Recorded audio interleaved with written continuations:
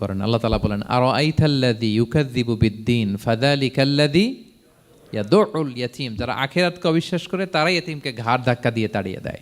কোনো বিশ্বাসী কখনো এতিমের সাথে খারাপ আচরণ করে না। আপনাদের যাদের মন শক্ত, অনেকের চোখ দিয়ে পানি নামে না। আমার এক আত্মীয় আছে, খুব আল্লাহওয়ালা। আমার জীবনে এত আল্লাহওয়ালা আমি দেখি নাই, কিন্তু ওনার চোখ দিয়ে পানি নামে না। বারবার এসে আমারে বলে যে, মিজান কি করবো বলো, তুমি একটু মোনাজাত ধরো। আমার মনে আছে আমি ওনাকে নিয়ে মোনাজাত ধরতাম, তো ওনার কান্না আসে না চোখ দিয়ে।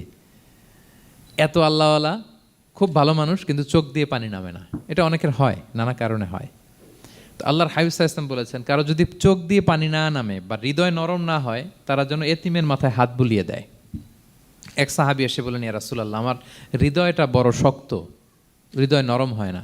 রাসূল সাল্লাল্লাহু আলাইহি ওয়াসাল্লাম বললেন, তাই? আচ্ছা, আতুহিব্বু আন ইয়ালিনা কলবুক, তুমি কি চাও তোমার হৃদয় নরম হোক, ওয়া তুদরাকা হাজাতুক, এবং তোমার আশা পূরণ হোক? তিনি বললেন, হ্যাঁ। তখন রাসূল সাল্লাল্লাহু আলাইহি ওয়াসাল্লাম বললেন, ইরহামিল ইয়াতীম, এতিমের উপর রহম করো।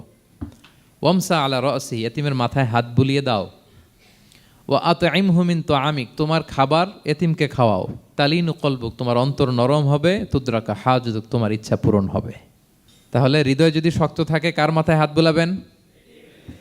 বুলাইছেন কখনো? হ্যাঁ, বুলিয়েছেন?